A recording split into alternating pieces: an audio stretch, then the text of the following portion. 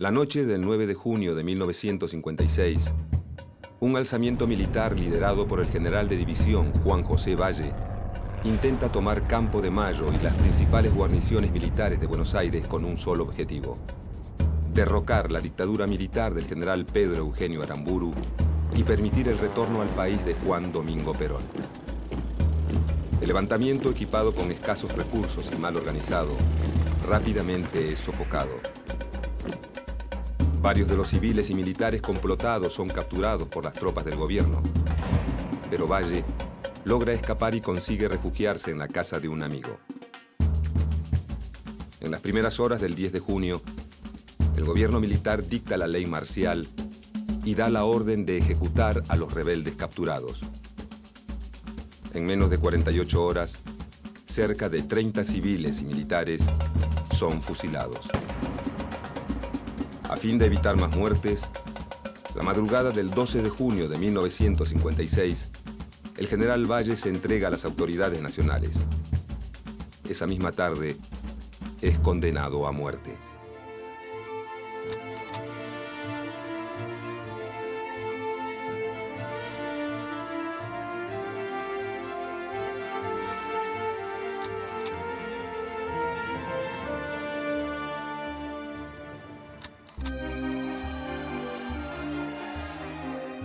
A mediados de 1955, las disputas entre el presidente Perón y sus adversarios políticos se agudizan. Un conflicto con la Iglesia Católica, que ya lleva varios meses, actúa como detonador de la ofensiva opositora. El 11 de junio, día de la celebración del Corpus Christi, los principales dirigentes del radicalismo, el socialismo y el Partido Demócrata Progresista marchan frente a la Catedral de Buenos Aires junto a militantes católicos y a miles de ciudadanos que no simpatizan con el gobierno. Este acto constituye la manifestación popular más importante en contra del gobierno de Juan Domingo Perón. 5 días más tarde, en el mismo lugar, sectores antiperonistas de la Marina de Guerra y la Aeronáutica hacen saber su malestar con el gobierno de la manera más violenta. La mañana del 16 de junio de 1955, un escuadrón de 30 aviones bombarderos parte de la base naval de Punta Indio hacia Buenos Aires. Su intención es bombardear la Casa Rosada y forzar la renuncia de Perón. Al enterarse de la maniobra, el ministro de Ejército, general Franklin Lucero, advierte del peligro al presidente, quien inmediatamente se refugia en los sótanos del Ministerio de Guerra, desde donde dirige el contraataque. A las 12:40 del mediodía, el primer avión rebelde se abate sobre la Casa de Gobierno, dejando caer una bomba de 100 kilos en Plaza de Mayo. Detrás de él, varios bombarderos operan en picada, descargando bombas sobre cientos de civiles indefensos que se encuentran en ese momento en la plaza. Una de las bombas da de lleno en un tranvía de la línea 305, matando a todos sus ocupantes. 40 de ellos son niños de primaria. A esta altura, el aire de la plaza se vuelve irrespirable. La gente desesperada corre a refugiarse donde puede. Durante 5 horas, la que había sido la Plaza de los Descamisados se convierte en el escenario de un encarnizado combate terrestre. En medio del humo negro, los gritos y los cuerpos calcinados, las fuerzas leales se baten a duelo con los rebeldes. Camiones con militantes peronistas, armados con palos, piedras y armas de fuego de bajo calibre, llegan de todos los confines de la ciudad para defender al gobierno. Durante el resto de la tarde, los aviones de la Marina desde los cielos siguen sembrando el pánico y la muerte.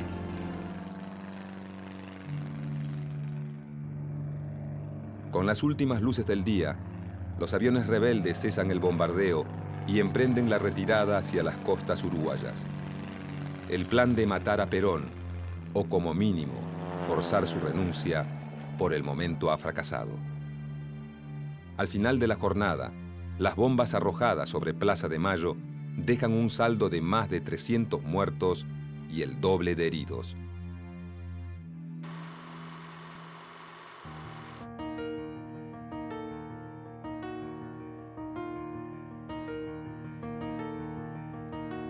Los días posteriores al bombardeo, la tensión entre peronistas y antiperonistas se intensifica. Perón, ante una crisis política irreversible, intenta una tregua. Una vez controlada la situación militar, el gobierno cambia de táctica y decide aumentar la presión. En un acto público frente a Casa Rosada, Perón deja muy clara su posición ante los opositores. Y cuando uno de los nuestros caiga, caerán 5 de los de ellos.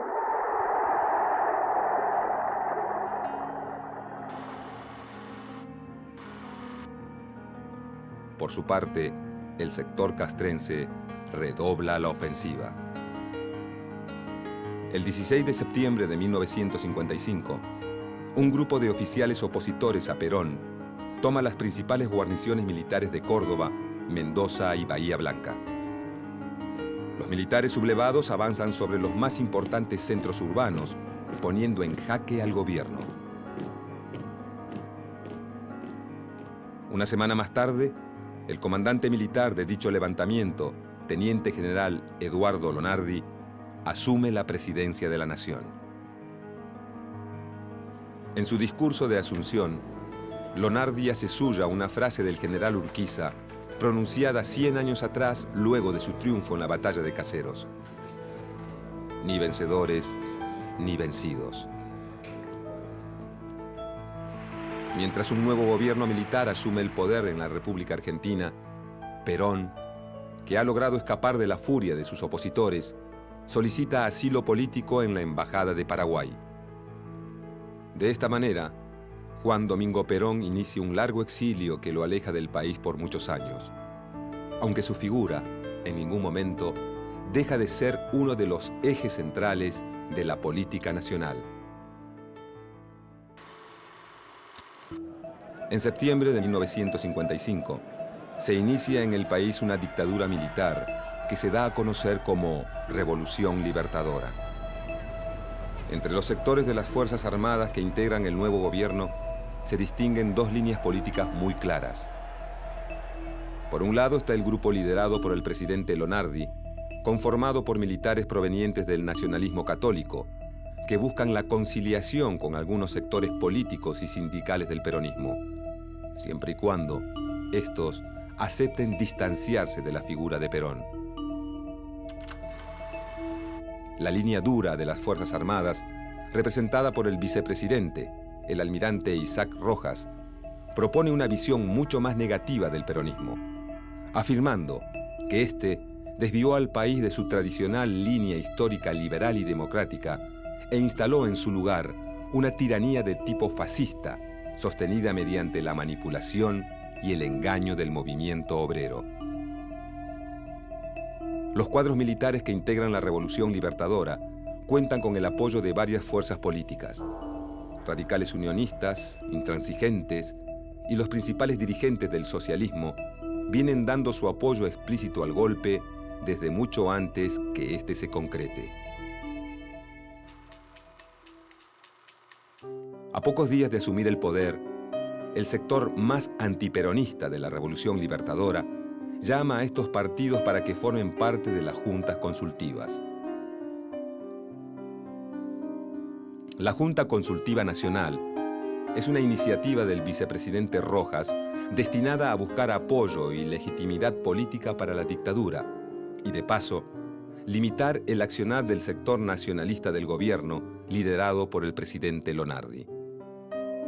Si bien varios dirigentes radicales y socialistas participan en un principio de las juntas consultivas, pronto líderes políticos como Alfredo Palacios y Alicia Moró de Justo deciden separar su imagen de la del gobierno militar, asumiendo una distancia crítica.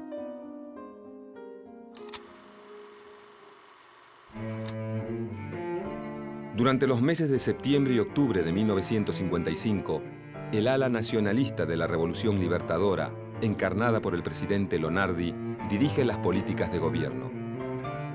A fin de generar canales de diálogo con los sectores sindicales, el gobierno militar decide no intervenir la CGT, a la vez que designa en el Ministerio de Trabajo al abogado laboralista Luis Cerruti Costa, asesor legal de varios sindicatos peronistas.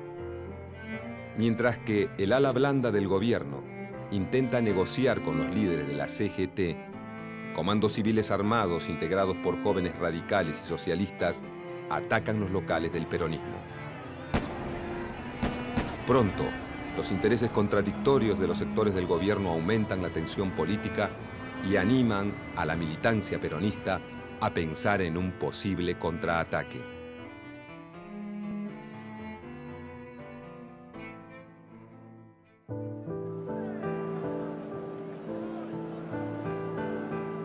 Llegado el mes de noviembre de 1955, el sector más liberal y antiperonista del ejército desplaza a Eduardo Lonardi de la presidencia y designa en su lugar al general Pedro Eugenio Aramburu.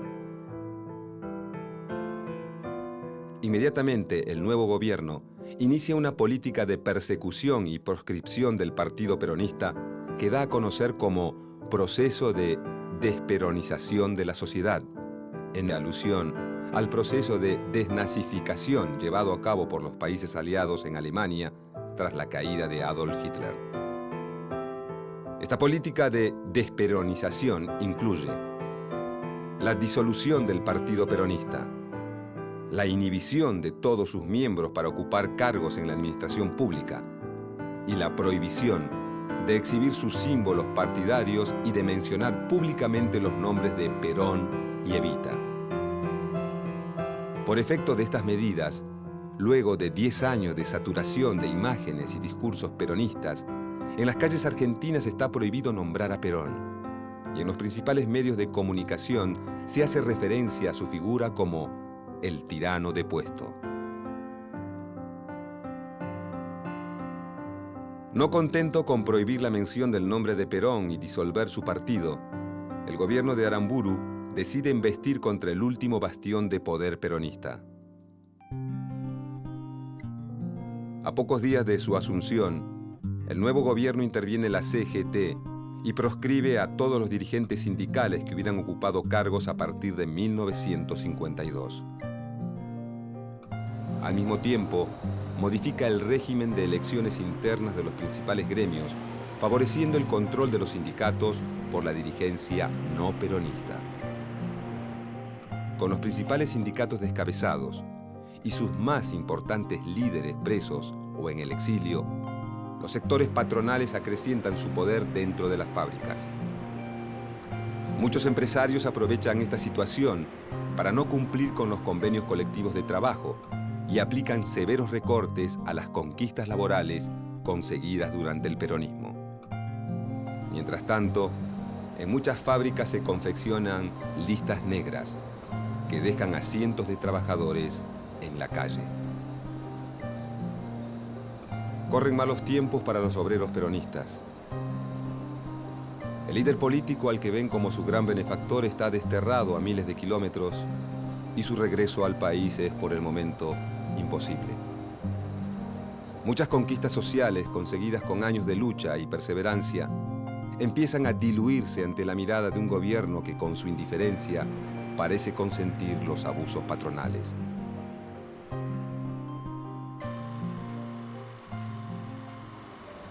Al calor de la represión y el deterioro de las condiciones de trabajo, en el interior de las fábricas comienza a gestarse un movimiento obrero clandestino que por el momento no tiene nombre, aunque sí tiene un fin muy concreto: la resistencia. La resistencia peronista comienza como un movimiento inorgánico que lleva a cabo sus acciones en los mismos lugares de trabajo. Estas acciones consisten en pequeñas maniobras individuales de sabotaje, como averiar una máquina, o formas de protesta colectiva, como detener el trabajo por un par de minutos y ponerse a silbar la marcha peronista. Muchos de los integrantes de los grupos de resistencia comienzan a formar comisiones internas dentro de las fábricas y a tejer alianzas con otros sectores del movimiento obrero, también proscriptos por el gobierno militar. A finales de 1956, varios miembros del Partido Comunista se suman a las iniciativas de la resistencia y forman la Comisión Intersindical. Con esta comisión, peronistas y comunistas intentan presionar al gobierno para que los deje participar en el Congreso Normalizador de la CGT a llevarse a cabo en 1957. De forma paralela a la reorganización del movimiento obrero peronista, varios militantes y ex líderes sindicales forman grupos de choque, muchas veces armados, que se dan a conocer como comandos de la resistencia. Estos comandos llevan a cabo acciones de protesta y reivindicación del partido peronista, como volanteadas clandestinas o la detonación de artefactos explosivos de fabricación casera, bautizados popularmente como caños peronistas.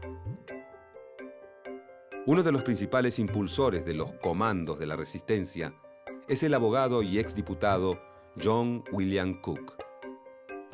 Figura rebelde y sumamente combativa, Cook representa la opción más revolucionaria del peronismo. Por su carácter aguerrido e intransigente y su aguda percepción política, Perón, desde su exilio en Venezuela, lo elige como su delegado personal y lo distingue con el cargo de jefe de las fuerzas peronistas organizadas en el país y en el extranjero.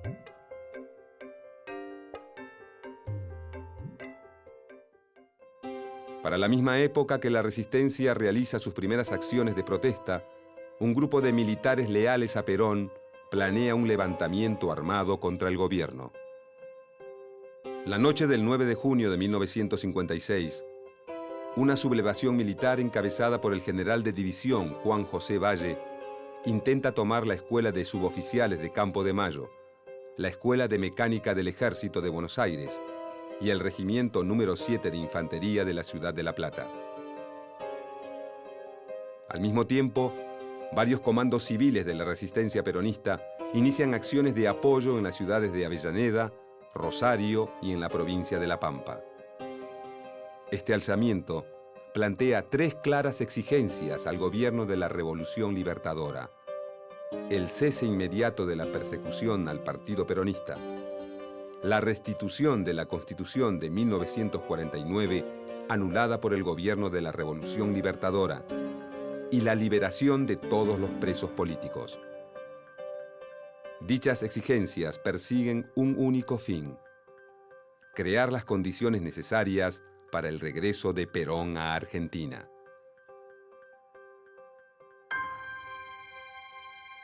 Llegada la medianoche, casi todos los focos de la rebelión son reprimidos. Salvo en el caso de La Plata, donde las fuerzas rebeldes, al mando de una división entera de tanques de guerra, se traban en combate hasta altas horas de la madrugada. El 10 de junio, el gobierno militar de la Revolución Libertadora establece la ley marcial. En las siguientes 48 horas se llevan a cabo fusilamientos en Lanús, La Plata, José León Suárez, Campo de Mayo, la Escuela de Mecánica del Ejército y la Penitenciaría Nacional. Para la medianoche del 11 de junio de 1956, la lista de ejecutados asciende a 16 militares y 13 civiles. Con la intención de poner fin a las ejecuciones, la mañana del 12 de junio, el general Juan José Valle se entrega a las autoridades militares. Esa noche, en el patio de la Penitenciaría Nacional, Valle es fusilado. Ante el fracaso de la sublevación militar, tanto Perón, que la había alentado desde el exilio, como los comandos de la resistencia que actuaron en su apoyo, abandonan la idea de la lucha armada para volcar sus esfuerzos a la reorganización de los sindicatos. Solo algunos comandos aislados de origen no sindical y que responden a John William Cook insisten en la vía del combate directo.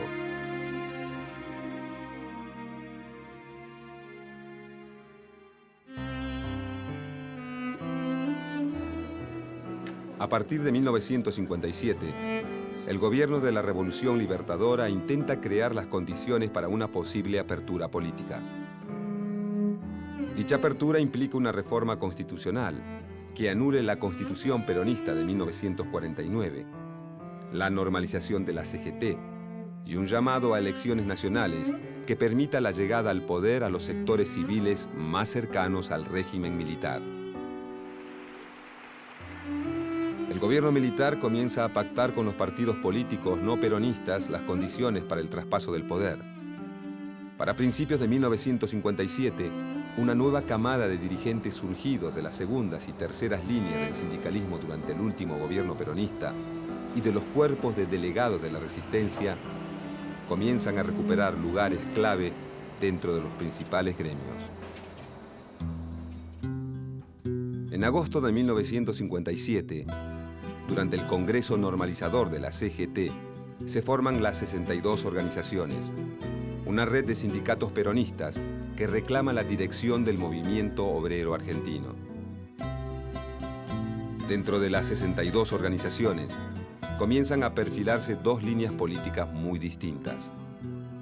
Por un lado, los sindicalistas duros, representados por dirigentes como Sebastián Borro y José Alonso, que mantienen una fuerte actitud de intransigencia frente al gobierno y pretenden usar a las 62 organizaciones como base de negociación para detener las políticas de persecución y proscripción peronista. Por otro lado está la línea más conciliadora, cuyos dirigentes se dedican a establecer contactos con sectores del gobierno militar con el fin de fortalecer sus posiciones frente a una posible apertura política. Entre estos últimos sobresale la figura del líder metalúrgico de Avellaneda, Augusto Timoteo Bandor.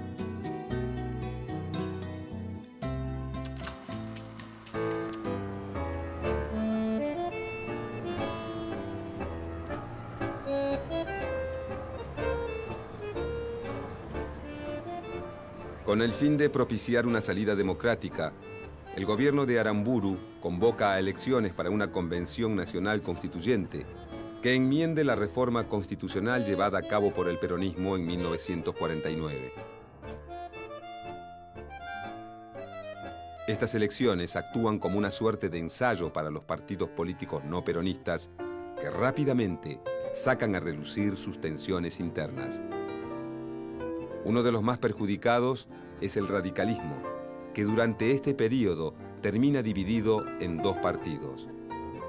La Unión Cívica Radical Intransigente, liderada por Arturo Frondizi, más proclive a la negociación con el peronismo, y la Unión Cívica Radical del Pueblo, marcadamente antiperonista y más cercana a las posiciones del gobierno militar, que sostiene la candidatura a presidente del caudillo bonaerense Ricardo Balbín.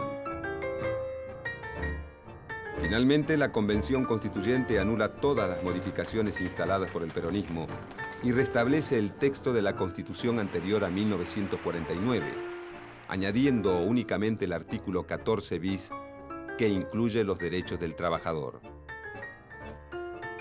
Una vez derogada la Constitución peronista, el gobierno de la Revolución Libertadora hace un llamado a elecciones presidenciales a llevarse a cabo en febrero de 1958.